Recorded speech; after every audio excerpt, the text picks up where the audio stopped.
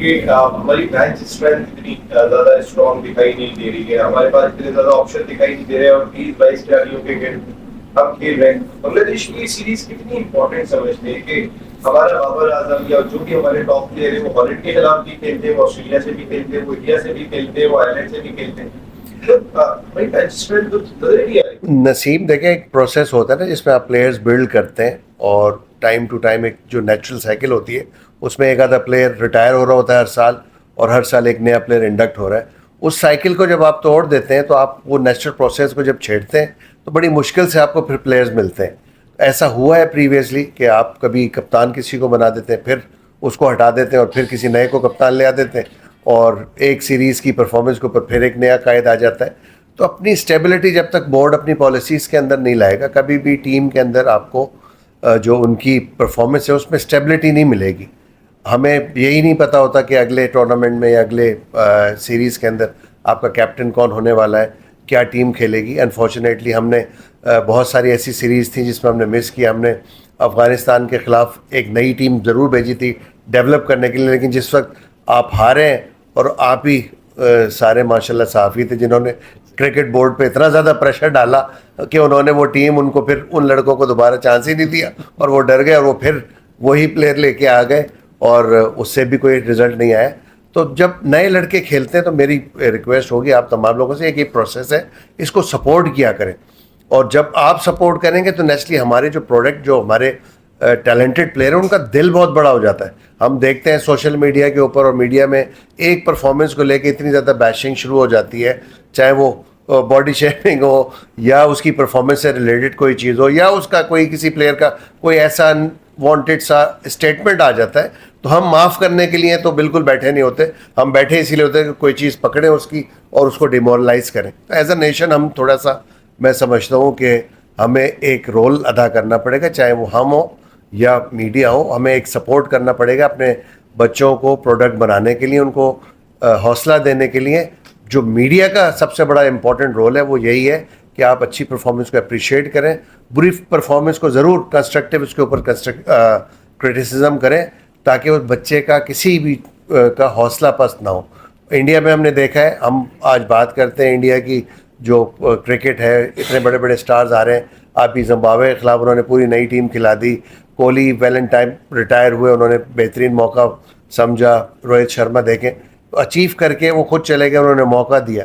तो इस तरह हमारे प्लेयर्स के अंदर भी स्पिरिट तभी आएगी जिस वक्त उनको क्रिकेट बोर्ड भी हौसला देगा और मीडिया से पजीराई मिलेगी उनकी, तो वो नेचुरली ये फील करेंगे और टाइमली रिस्पेक्टफुली वो छोड़ के जाएंगे और यंगस्टर को भी मौका मिलेगा। इंडिया के साथ फॉरवर्ड प्लेयर्स बहुत सारे टेलीविजन पे बैठते हैं, उनके भी बयान थोड़े से डाइवर्ट होते हैं और अपने मुताबिक होते हैं। फॉरवर्ड प्लेयर्स का भी इसमें कहीं ना कहीं देखिए, हर नसीम बात यह है कि हर इंसान की एक अपनी सोच है, अपनी जहनीत है, अपने तौर से वो रिएक्ट करता है चीज़ों के ऊपर। बट जो नेचुरल प्रोसेस होता है उसको मद्देनज़र ज़रूर रखना चाहिए कि प्लेयर्स की डेवलपमेंट किस तरह होती है, किस तरह प्रोग्रेस करता है प्लेयर। तो हर एक के अपने स्टेक्स हैं। बहुत सारे ऐसे क्रिकेटर्स हैं, कुछ बेचारे अनफॉर्चुनेटली जॉब सीकर्स हैं, उस जॉब की वजह से वो इस तरह के बयानबाजी कर रहे होते हैं, बयानात दे रहे होते हैं, बट कंस्ट्रक्टिव क्रिटिसिज्म मुझे नज़र नहीं आती उनके अंदर। तो यही इसलिए मैंने रिक्वेस्ट की है, हम तमाम लोगों का एज ए नेशन हमें थोड़ा सा इसके अंदर कंस्ट्रक्टिव अप्रोच के साथ जाना पड़ेगा, ताकि हम नेशन को बिल्ड करें। हमारे प्लेयर बिल्ड होंगे तो इट मीन्स कि हमारा नेशन बिल्ड होगा, हमारी क्रिकेट बिल्ड होगी तो पाकिस्तान बिल्ड होगा। वर्ल्ड कप के बाद जो है गेरी ग्रिसन की रिपोर्ट सामने आई थी जिसमें उन्होंने कहा था कि टीम में यूनिटी नहीं थी, टीम की इसकी परफॉर्मेंस के ऊपर असर पड़ा। तो आप क्या समझते हैं कि वादी का भी इस तरह से होता रहा है और अब जो है बाकी इस तरह की बात थी? यार देखिए, टीम के अंदर से जब बातें निकलती हैं तो नेचुरली दुनिया की जीनत बनती है और बहुत ज़्यादा ऐसी चीज़ें होती हैं जिसमें आप देखते हैं कि टीम के अंदर से बात निकल रही है तो पता नहीं क्या क्या वहाँ पे बातें हो रही होंगी। बट मेरा ख्याल है जिसका जो काम है उसको अगर अपनी डोमेन में रहेगा और अगर मीडिया के अंदर बात करनी है तो फिर नेचुरली आके बंदा मीडिया टॉक ही करे। बट जहाँ तक ड्रेसिंग रूम की बात होती है तो मैं बहुत इसमें स्ट्रिक्ट हूँ इस चीज़ के अंदर कि कभी ड्रेसिंग रूम की बात, चाहे वो कोच हो, चाहे कप्तान हो, चाहे कोई भी हो, उसको नहीं करनी चाहिए, क्योंकि वो एक विद इन टीम होती है और उसी से टीम बॉन्डिंग होती है। और जब इस तरह की बातें सामने आती हैं तो कभी टीम में बॉन्डिंग नहीं हो सकती, यूनिटी नहीं आएगी कभी भी, और आप कैसे एक्सपेक्ट कर सकते हो कि वो टीम फिर अच्छा परफॉर्म करे। तो आई थिंक कि सबको रिस्ट्रिक्ट रहना चाहिए और अपने रोल को बखूबी प्रोफेशनली निभाना चाहिए। ट्रॉफी के बारे में बता दें, चैंपियंस ट्रॉफी के अंदर इंडिया नहीं आ रही है, वहाँ पे उन्होंने कहा कि अगर गवर्नमेंट की तरफ से भी कोई है नहीं, तो आप लोग क्या समझते हैं कि इंडिया की टीम को आना चाहिए? और इंडिया देखें, एशिया कप है और चैंपियंस ट्रॉफी है, एशिया कप में भी नहीं आई थी इंडिया। मेरा ख्याल है कि ज्यादती कर रही है इंडिया इस वक्त, और थोड़ा सा पॉजिटिव लेना चाहिए इंडिया को इस चीज़ में। इंडिया एक बहुत ही टॉप की टीम है इस वक्त दुनिया की, T20 में भी वर्ल्ड कप जीता है आपने, ODI के अंदर भी रनर अप रहे थे वो। तो थोड़ा सा इंडिया को मुजाहरा करना चाहिए, थोड़ा सा कहना चाहिए कि वो जो स्पिरिट ऑफ द गेम है, जो हमें खेल सिखाता है वो यही सिखाता है, पॉजिटिविटी सिखाता है, और इसकी कोई हदूद नहीं है। तो जो भी चीज़ें हैं पॉलिटिकली उनको असाइड करना चाहिए और गेम को फ़रोग देना चाहिए।